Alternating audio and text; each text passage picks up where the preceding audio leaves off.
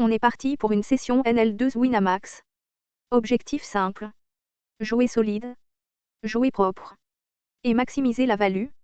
Ici, je te partage tout ce qui se passe dans ma tête, en live. Les décisions GTO. Quand c'est nécessaire. Et les ajustements exploitants. Selon les profils. Si tu veux progresser. Comprendre mes choix. Like la vidéo. Commente. Et partage-la. Allez. Première main intéressante. On démarre fort. Table NL2 classique, stakes effectif autour de 100 blinds. Je suis au bouton et je découvre 2A. Très bien. On va commencer calmement. Le cut-off open à 2,5 blinds. Profil inconnu, sizing standard, range assez large en NL2. De mon côté, au bouton avec 2 As, je 3 bet à 20 centimes. Sizing volontairement solide. Objectif simple, value maximum, et limiter les calls confortables hors position. La small blind cold call. Déjà, ça, en NL2, c'est rarement une range très forte. Souvent des mains moyennes, parfois un piège, mais pas souvent. Et là, la grosse blinde fait tapis. 187 blinds effectives.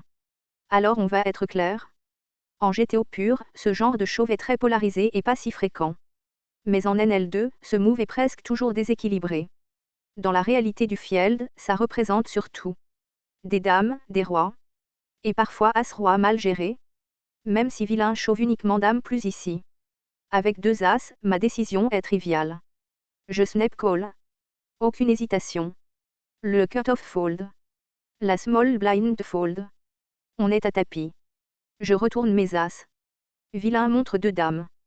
Très bien. C'est exactement la main que j'attendais. Flop. Dame. Voilà. Bienvenue en NL2.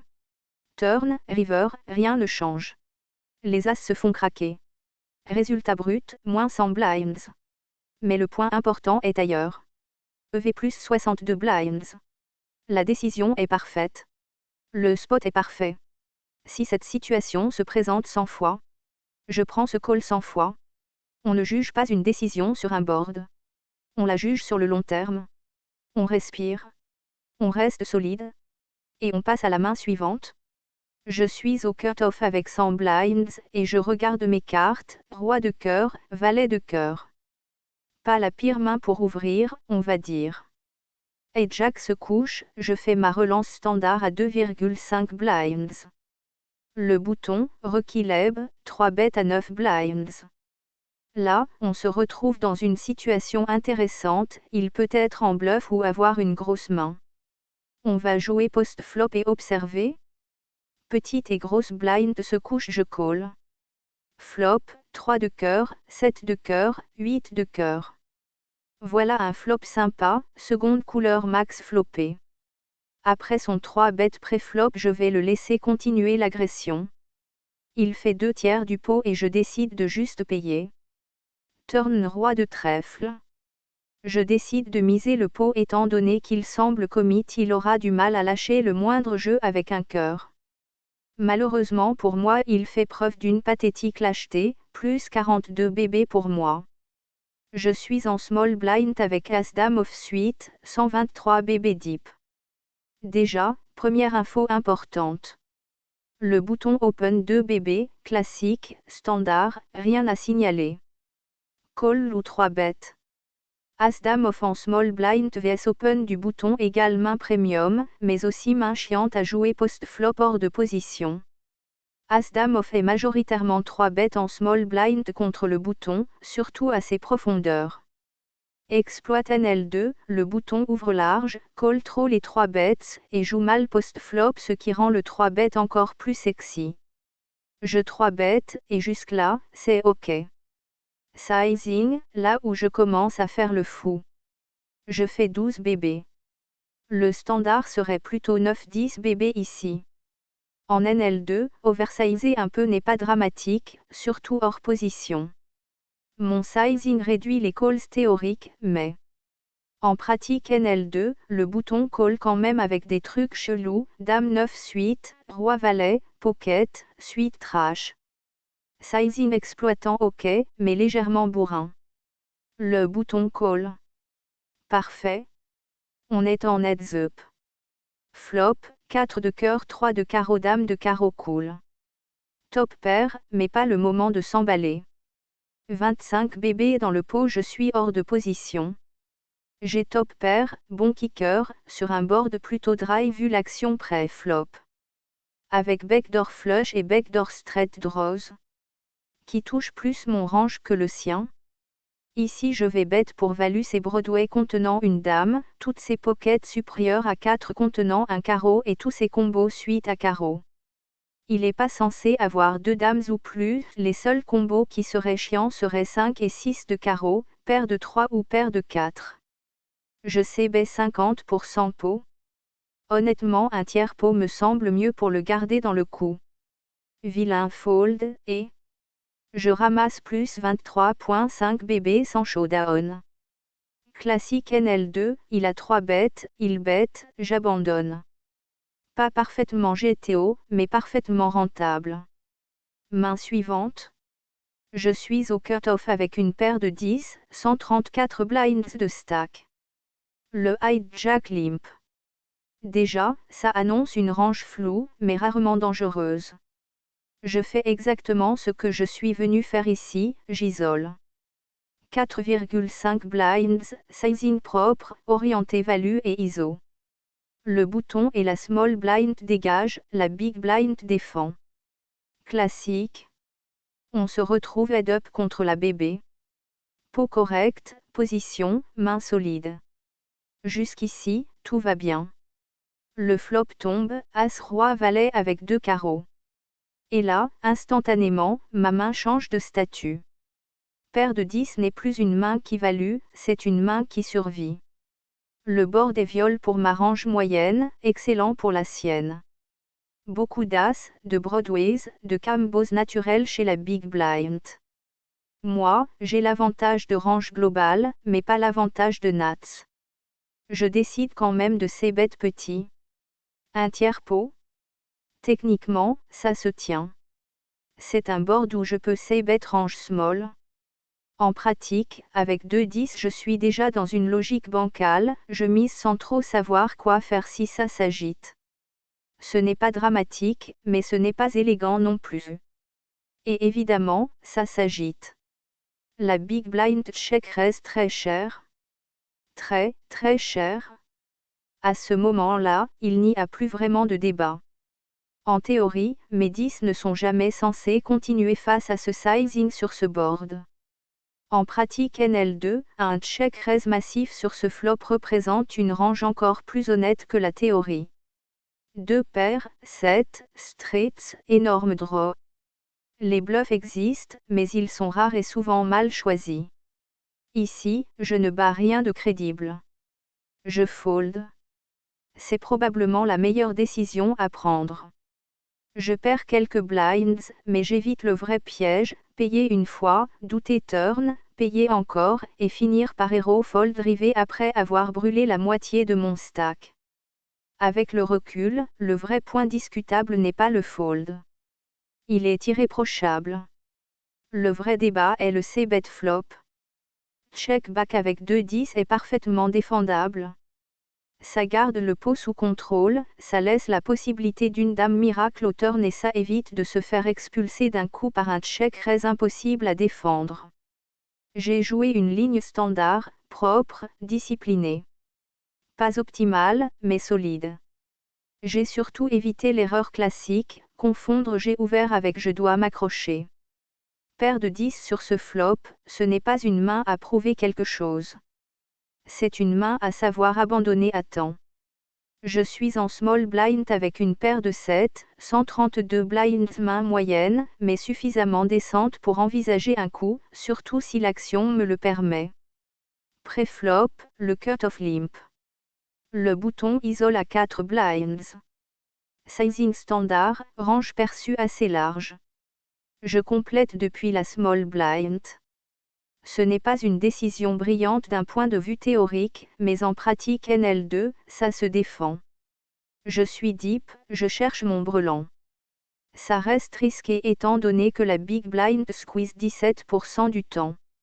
La grosse blinde et le limp sortent. Ouf, on se retrouve heads up, hors de position, pot contrôlé. Le flop tombe, queen high, sec, sans tirage immédiat. Je n'ai rien touché. Paire de 7, donc une main de showdown value très marginale. Je check. Le bouton check derrière. Information importante, soit il a abandonné, soit il a une main moyenne qui n'a pas envie de gonfler le pot. Dans tous les cas, je prends note. La turn apporte un 10 et ouvre un tirage couleur. Je check encore. Le bouton mise petit, un quart du pot. Ce sizing sent plus la tentative de prise de pot que la value lourde. Contre ce profil et ce sizing, ma paire de 7 est encore bonne suffisamment souvent. Je paie, sans enthousiasme mais sans panique. La river complète la couleur. Je check une troisième fois. Le bouton check back. À ce moment-là, je sais que je suis très souvent devant ou face à une hauteur as qui a renoncé. On retourne les cartes. Il montre as 7. Moi, j'ai une paire et c'est gagné. D'un point de vue critique, la main est intéressante parce qu'elle repose plus sur la retenue que sur l'agression. Pré-flop, le call en small blind est discutable en théorie, mais acceptable en exploit, surtout face à un bouton qui ne mettra pas une pression constante post-flop. Post-flop, les checks sont propres. Je ne transforme pas ma main en bluff inutile, je ne me value cut pas, et je laisse l'adversaire faire l'erreur à ma place. Je n'ai rien forcé. Je n'ai rien essayé. J'ai juste laissé la main respirer. En NL2, beaucoup de pots se gagnent comme ça, en checkant quand il faut, en payant petit quand ça sent la faiblesse, et en laissant l'autre abandonner tout seul à l'arrivée. Passons à la main suivante. Je suis au cut-off avec une paire de 3, 139 blinds. Main faible en apparence, mais parfaitement jouable à cette profondeur. J'ouvre à 2,5 blinds. Sizing standard, objectif simple, prendre l'initiative et jouer un pot en position. Le bouton passe. La small blind défend. Profil deep, passif jusqu'ici, capable de s'accrocher avec des mains marginales. La grosse blind sort. On est en heads up. Le flop tombe, valet, 6, 9, avec 2 carreaux. Je n'ai rien touché. Paire de 3, donc une main sans valeur immédiate. La small blind check. Je check aussi. Ce check back est volontaire. Ces bêtes ici n'apportent pas grand-chose, je ne value rien, je ne fais pas folder beaucoup mieux, et je garde le pot petit avec une main qui n'a pas vocation à grossir tout de suite. La turn est un 3 de carreau. Voilà exactement le genre de carte qui justifie la patience. Je fais brelan, mais sur une carte qui complète aussi un tirage couleur. La small blind prend l'initiative et mise peu cher, 40% du pot. Ce bet est intéressant, il représente soit un carreau qui cherche pour pas cher, soit une flush et là je cherche mon full, soit une main moyenne qui profite de mon check back au flop perçu comme faible. Avec brelan, je ne relance pas. Et c'est volontaire? Relancer ferait fuir toutes les mains faibles et m'isolerait contre des flushs déjà faites. Je préfère garder ces bluffs, ces top pairs, ces 2 paires mal à l'aise. Je paye. La river apporte un as. Carte neutre pour moi. Elle améliore certaines top pairs chez lui, mais elle ne change rien à la hiérarchie de ma main. La small blind mise encore, un sizing cohérent, pas excessif. À ce stade, je bats toutes ces top pairs, toutes ces doubles, et je ne perds que contre la flush. Vu la ligne, la flush est possible, mais loin d'être systématique. Je paie sans hésitation. Il montre 5 et 3 assortis trèfle. Je ne comprends pas sa line, bref. Insuffisant. Mon brelan tient. Avec le recul, la main est très propre. Préflop standard. Flop bien contrôlé. Turn joué avec discipline, pas de slow play passif, mais pas de relance automatique non plus. River, simple call logique, sans chercher à être plus malin que nécessaire. C'est une main gagnée grâce au timing, pas grâce à l'agression. J'ai laissé l'adversaire construire le pot à ma place, sans jamais lui donner une raison de s'arrêter. En micro-limite, ce genre de ligne fait souvent plus d'argent qu'un raise par principe. Et voici la main suivante. Je suis au hijack avec As-Roi off-suit, 154 blinds. Main premium, rien à discuter. J'ouvre à 3,5 blinds. Sizing un peu au-dessus de la norme, mais en NL2 ça passe, surtout avec une main qui joue bien post-flop. Le cut-off me 3 bet à 10 blinds et demi. Sizing correct, pas énorme. Les autres sortent. On se retrouve en heads-up, deep, hors de position, contre un joueur qui représente une range solide. Je décide de payer. D'un point de vue théorique, As-Roi peut évidemment 4 bet ici une partie du temps. Mais le call est défendable, je garde sa range large, je ne transforme pas la main en spot à variance inutile, et je joue un pot avec une main qui se comporte bien post-flop quand elle touche. Le revers de la médaille, c'est que quand je ne touche pas, je vais souvent devoir naviguer à vue. Le flop tombe, 4, 2, 8 avec 2 cœurs. Board très bas, très sec en termes de value immédiate. Je n'ai rien. Pas de paire, pas de tirage couleur, juste 2 overcards. Clairement, ce flop avantage plus la range de défense que celle du 3-better, mais en pratique, le cut-off conserve quand même l'initiative. Il mise petit, un quart du pot. Un c-bet automatique, probablement range. Rien d'agressif, rien de polarisé. Et pourtant, je fold. C'est là que la main devient intéressante à analyser. Théoriquement, As-Roi sans cœur a encore de l'équité. Je peux call une fois, aviser turn, représenter certaines mains plus tard. Mais exploitativement, surtout à cette limite, ce type de c-bet en pot 3 bet est rarement suivi d'un abandon. Les turns compliquent tout. Les barrels arrivent souvent. Et hors de position, sans backdoor sérieux, je vais trop souvent me retrouver à payer pour finir par lâcher. Mon fold est donc conservateur, mais cohérent avec un plan simple, ne pas transformer As-Roi en main à espérer. J'abandonne tôt, je perds le minimum, et je passe au coup suivant. Cette main n'est pas perdue au flop, elle est perdue pré-flop par le contexte. En choisissant de flat le 3 bet, j'accepte aussi la possibilité de devoir folder sur beaucoup de flops. Ici, je l'ai fait sans m'entêter. Ce n'est pas spectaculaire, ce n'est pas héroïque, mais c'est souvent comme ça qu'on évite de saigner hors de position en micro-limite. Je suis au cut-off avec une paire de dames, 150 blinds. Main très forte, surtout dans cette configuration. Le hijack limp. Rien d'inhabituel, range faible et capée. J'isole à 4,5 blinds. Objectif clair, value contre le limp et prendre l'initiative. Le bouton 3 bet à 11 blinds et demi. Sizing assez standard, pas particulièrement polarisé. Les blinds sortent, le limp abandonne. On se retrouve donc en duel cut-off contre bouton, avec une dynamique claire de bataille de range. Avec 2 dames, la décision est simple. Je ne vais pas flat pour jouer hors de position dans un pot 3 bet face au bouton, surtout avec un joueur capable de mettre la pression post-flop. Je choisis de 4 bêtes. Le sizing à 27 blinds et demi est propre, suffisamment cher pour couper les côtes, suffisamment petit pour garder ses mains dominées et éviter de me commit inutilement. Le bouton fold. Fin du coup.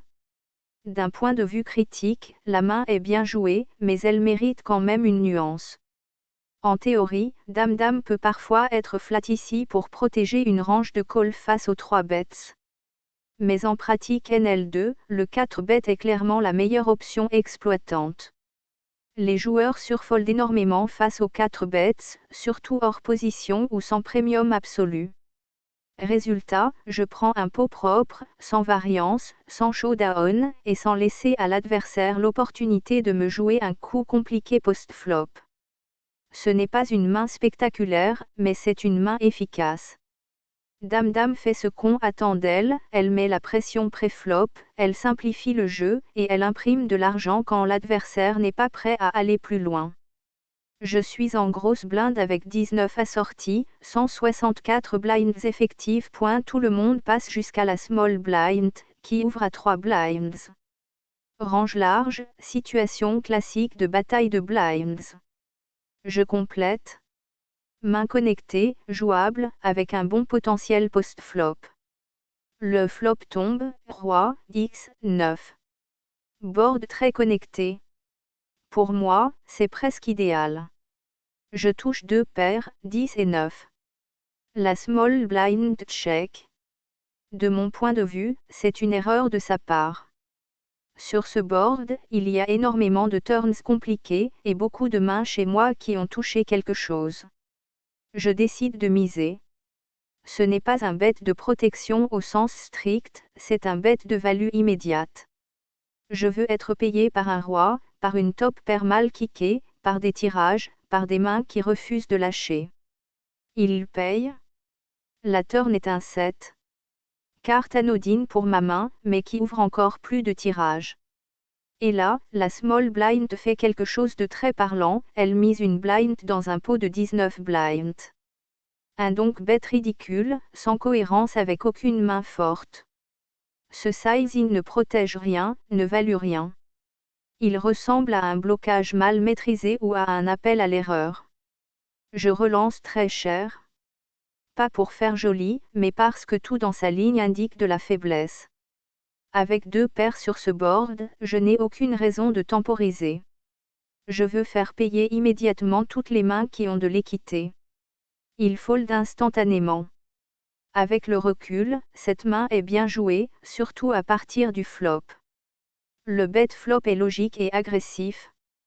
Le raise turn est presque obligatoire face à ce sizing absurde. La seule vraie discussion possible se situe pré-flop, sur le call en grosse blinde, mais dans ce contexte et avec cette profondeur, il est tout à fait acceptable. Je suis au bouton avec As-7 off-suite, 173 blinds. Tout le monde passe jusqu'à moi. Situation idéale pour ouvrir large. Je relance à 2,5 blinds. La small blind se couche, la grosse blinde défend. Standard. Le flop vient 5-4-3 avec 2 trèfles. Board très bas, très connecté, typiquement le genre de flop qui touche davantage la range de défense que celle de l'open bouton. Je n'ai rien touché, mais j'ai un as donc un minimum de showdown value et double gut shot. La grosse blinde check. Je check derrière. Pas besoin de ces bêtes automatiques ici, je ne fais pas folder grand chose, et je garde le pot petit avec une main moyenne. La turn double le 5. La grosse blinde check encore. Cette doublette change beaucoup la texture. Les quintes restent possibles, mais beaucoup de mains moyennes chez lui deviennent plus prudentes. Je décide de miser petit. Ce n'est pas un bet de value, c'est un bet de pression légère, pour faire folder des hauteurs, des petites paires, et préparer éventuellement un deuxième barrel. Il paie. La river est un 2 de cœur. Board final très bas, très polarisant. J'ai la quinte mais par le bas et battue par un 6 chez vilain. La plupart des mains sont maintenant des hauteurs ou des paires faibles. La grosse blinde check une 3e fois. Je mise encore, environ demi-pot. Même logique, value signe contre des mains plus faibles, et pression sur ses hauteurs. Il paie. On retourne les cartes. Il a As-7. Exactement la même main que moi, juste avec les couleurs inversées. Le pot est partagé. D'un point de vue critique, la ligne est cohérente. Le check flop est bon. Les mises turn et river sont fines mais défendables, elles ciblent un éventail de mains faibles très large en NL2. Le seul vrai risque est de se value cut contre une quinte, mais la fréquence est suffisamment basse pour que le bet reste correct. Main suivante. Je suis en grosse blinde avec une paire de valets. La small blind n'a plus que 34 blinds. Tout le monde se couche jusqu'à elle. Et là, sans détour, elle envoie tout. All-in direct. Dans ce genre de spot, la réflexion est rapide mais doit rester structurée. Un open shove de small blind avec ce stack représente une range large. Beaucoup de broadways, des as, des rois, des pockets moyennes. Ce n'est pas un shove de force pure. Avec 2 valets, je suis très largement devant cette range. Je bats tous les as rois, tous les as dames, toutes les paires inférieures. Je ne suis réellement en difficulté que contre dame plus, et ces mains-là ne sont pas toujours jouées de cette manière en small blind. Je paie sans hésitation. C'est un call automatique, orienté value, sans débat théorique sérieux. Le showdown confirme la lecture. Il montre as-roi assorti. Classique. Coin flip favorable pour moi. Le board déroule sans surprise majeure. Les valets tiennent. Je ramasse le pot. D'un point de vue analytique, la main est presque trop simple. Il n'y a pas de décision post-flop, pas de ligne à optimiser. Tout se joue sur l'évaluation pré-flop des ranges et des stacks. Ce genre de coup rappelle une vérité basique du poker, parfois, bien joué, c'est juste savoir payer sans avoir peur. Le travail est fait avant que les cartes tombent. Le reste, ce n'est que de la variance. Next. Je suis en small blind avec as-valet assorti, 200 blinds. Le hijack ouvre à 2,5 blinds. Le cut-off passe, le bouton call. La grosse blinde se couche. Avec as-valet suite, je décide de squeeze à 12 blinds environ. Ce sizing est classique pour mettre en difficulté le premier relanceur qui se trouve en sandwich et sortir le caller qui semble capé, tout en gardant un contrôle sur le pot. Les 2 adversaires derrière abandonnent, il ne reste plus que le bouton. Il paie. On se retrouve donc en heads-up, hors de position pour moi. Le flop tombe, roi, 10, 2 avec 2 carreaux. J'ai touché une gut shot et mon range frappe assez bien le board. Je décide de continuer l'agression et je mise la moitié du pot. L'objectif est de protéger ma range et de faire folder des tirages faibles ou des paires marginales. Le bouton fold. Je prends le pot sans showdown. D'un point de vue analytique, la main est propre. Pré-flop, la décision de squeeze est standard exploitative, on isole un call faible et on met la pression. Le c-bet flop est cohérent, taille adaptée, action simple, pas de bluff complexe, pas de risque inutile. Cette main illustre parfaitement la valeur de l'agression contrôlée. On profite de la position relative et des ranges faibles pour prendre le pot sans avoir besoin de showdown. Dans ce genre de situation, la simplicité paye toujours.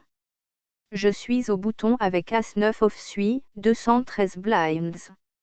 Le cut-off limp. Je décide d'ouvrir, relance standard à 4,5 blinds pour isoler le limp et prendre l'initiative. La small et la grosse blinde passent.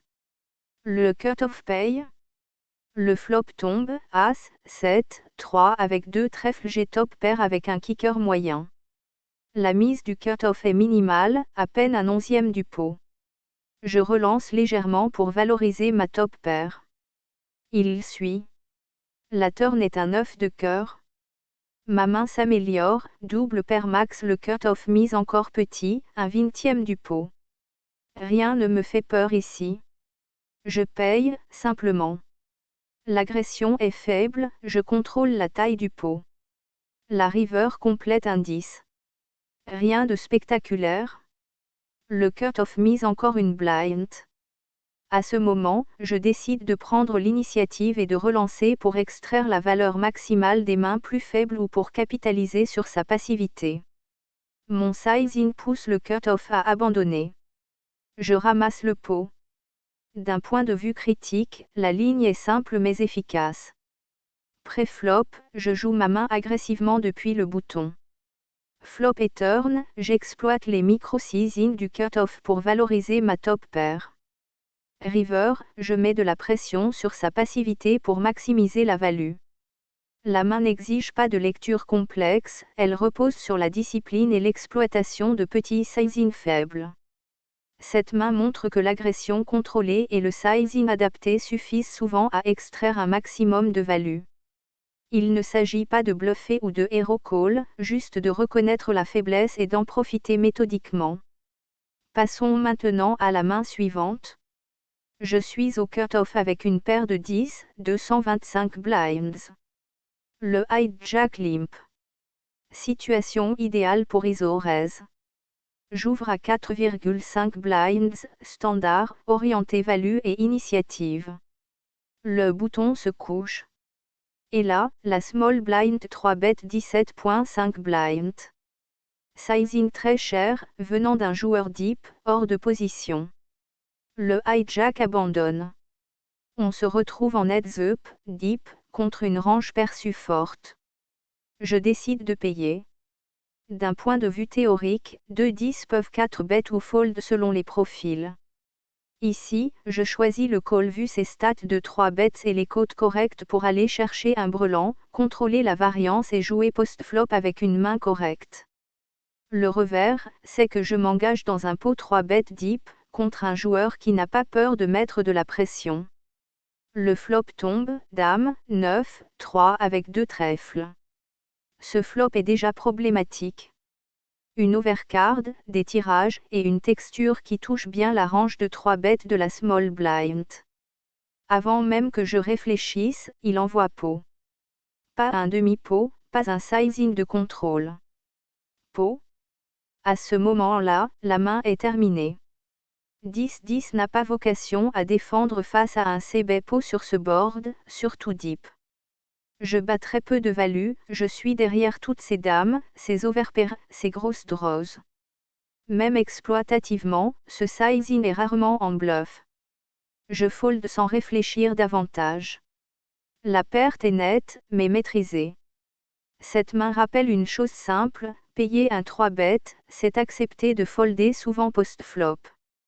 Ici, le fold est bon. La vraie discussion est pré-flop. Contre ce profil et ce sizing, le fold ou le 4 bet aurait peut-être simplifié la vie. Mais une fois le call fait, le reste est propre. Plus tard, je suis au bouton avec 8 à 7 assorties, 221 blinds. Le cut-off ouvre à 2 blinds avec un stack d'environ 50 blinds. Je décide de 3 bets à 10 blinds. Le choix est agressif, clairement exploitant. Je vise le fold pré-flop ou un pot simple en position. Les blinds se couchent. Le cut-off chauffe directement. Instantanément, le spot change complètement. Pair, gros as, parfois des broadways dominants. Contre ça, 8 à 7 assorties n'a pas la cote, ni l'équité, ni la profondeur pour compenser. Je fold. C'est un fold discipliné, sans regret. Le 3 bet était ambitieux, mais pas absurde. Le fold face au shove est obligatoire. Cette main illustre bien la frontière entre agression intelligente et entêtement. J'ai tenté de prendre le spot. L'adversaire a répondu par la force. J'ai su m'arrêter. Continuons. Je suis au cut-off avec roi 10 assorti cœur, très deep. J'ouvre à 2,5 blinds, standard. La small blind complète. On joue en heads up. Le flop arrive as de cœur, 4 de cœur, 8 de carreau. J'ai tirage couleur max. Il check. Je sais bet demi-pot pour garder l'initiative et construire un pot pour mon tirage max. Il check raise 4x. Ce check raise représente soit un as, soit un brelan, soit un gros tirage cœur. Je décide de payer. La main est trop forte pour folder. La turn est le 3 de cœur. Je fais la couleur max. Il mise encore demi-pot. À ce moment-là, sa range se polarise. Beaucoup de joueurs vont ralentir avec des mains moyennes. Je choisis de call encore, volontairement, pour lui laisser l'opportunité de value cut river ou de bluffer. La river est le 5 de pique. Il fait 3 quarts pot. Là, on a un spot très clair. J'ai la couleur max, aucune paire sur le board, aucun risque de full supérieur. Je décide de shove. L'idée est simple, soit il a une main forte qu'il ne lâchera pas, soit il bluffe et fold. Il paye avec une paire de 5 transformée en brelan inférieur. Stack complet récupéré. Main parfaitement jouée. Le slow play turn est excellent contre un profil agressif. Le shove river est logique et maximal en value. Là on commence à avoir un vrai stack et ça fait bien plaise. Un peu plus tard. Je suis au hijack avec roi-roi, très deep. J'open. Le cut-off 3 bet. Profil sans blinds, sizing standard. Je 4 bêtes pour value. Il shove. Évidemment, je call. Il montre 2 flèches. Pas de miracle au board. Rien à analyser. Setup pur. Aucun ajustement possible. Le résultat est négatif, mais la décision est parfaite. La partie continue. Je suis encore au hijack avec dame-dame. J'open. Le cut-off call. Flop 4, 4, 5 avec 2 carreaux. Je sais bet pour value contre les paires inférieures et les floats. Il call. Turn roi. Carte qui avantage plus m'arrange que la sienne. Je continue à miser petit pour value et protection. Il paye encore. River 3 de cœur qui fait rentrer quelques combos de quinte. Je check. Il check back. Peu de mains moins bonnes me paient un 3e barrel et je contrôle le pot. Il montre 2-9. Je gagne. Main propre, sans surjouer. Le check river est bon. Value suffisante, aucun besoin de forcer. On enchaîne. Je suis au bouton avec la suite assortie. Le cut-off open. Je 3 bêtes pour isoler et prendre l'initiative. La small blind et le cut-off paie. On se retrouve à 3 joueurs. Le flop est très connecté, très drawy. Tout le monde check. Je choisis de check aussi. Miser ici serait trop ambitieux, trop exposé au check raise. Turn, la small blind dunk bet, le cut-off call. À ce moment-là, ma main n'a plus aucune valeur réelle. Peu d'équité, peu de fold equity. Je fold. Bon abandon. Le 3 bet pré-flop est discutable mais défendable. Le fold turn est obligatoire. Main suivante. Je suis au cut-off avec dame 9 off suite. J'open. La small blind complète. Flop dame roi 8 avec 2 piques. Il check. Je check back. Board dangereux, peu de value, beaucoup de turns compliqués. Turn apporte la couleur possible. Il mise petit. Je call avec ma paire moyenne. River, il mise encore. Le sizing est value. Sa range contient beaucoup de rois, de 2 paires, parfois des flushs. Je bats très peu de choses. Je paye, il montre roi à 10. Je perds. Le spot clé est le call river. Défendable exploitativement contre un profil qui peut sin value, mais globalement limite. La ligne reste cohérente. Je défends la grosse blinde avec roi 4 assorti après une ouverture du cut-off et un call bouton. Main marginale mais défendable en multi-way. Le flop arrive hauteur roi arc-en-ciel. Tout le monde check jusqu'au bouton qui mise petit. Je paye avec ma top paire. Le cut-off fold. Turn, une brique relative. Je prends l'initiative avec une petite mise. Objectif, value des 10 ou des pockets et éviter de check 2 fois. Le bouton call. River As. Carte qui avantage plus sa range que la mienne. Je check. Il check back. Showdown. Il a paire de 10. Ma top paire tient. Main bien maîtrisée. Défense standard pré-flop, ligne simple post-flop, sizing cohérent. Check river obligatoire. Un peu plus tard. J'ouvre pocket 5 au hijack. La big blind défend. Flop doublé avec un 10. Il dunk bet cher. Ce type de mise représente souvent un 10 ou un bluff pur. Je call pour garder toute sa range. Turn, petite carte. Il continue à miser fort. Je call encore. Mon objectif est clair, aller au showdown, sa ligne est très polarisée. Rivet dame. Il fait 3 quarts pot. À ce moment-là, il représente très peu de value crédible.